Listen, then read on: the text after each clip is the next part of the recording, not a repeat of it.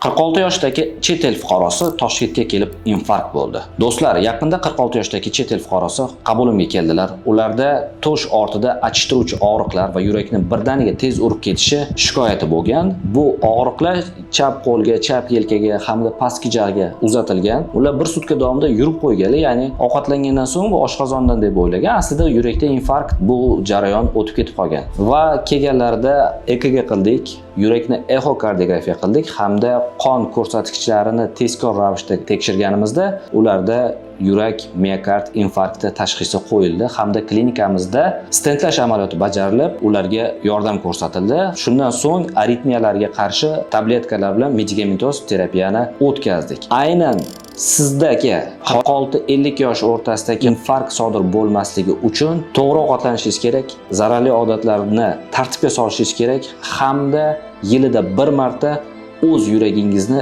kardiologda tekshirtirishingizni tavsiya beraman. Salomat bo'ling.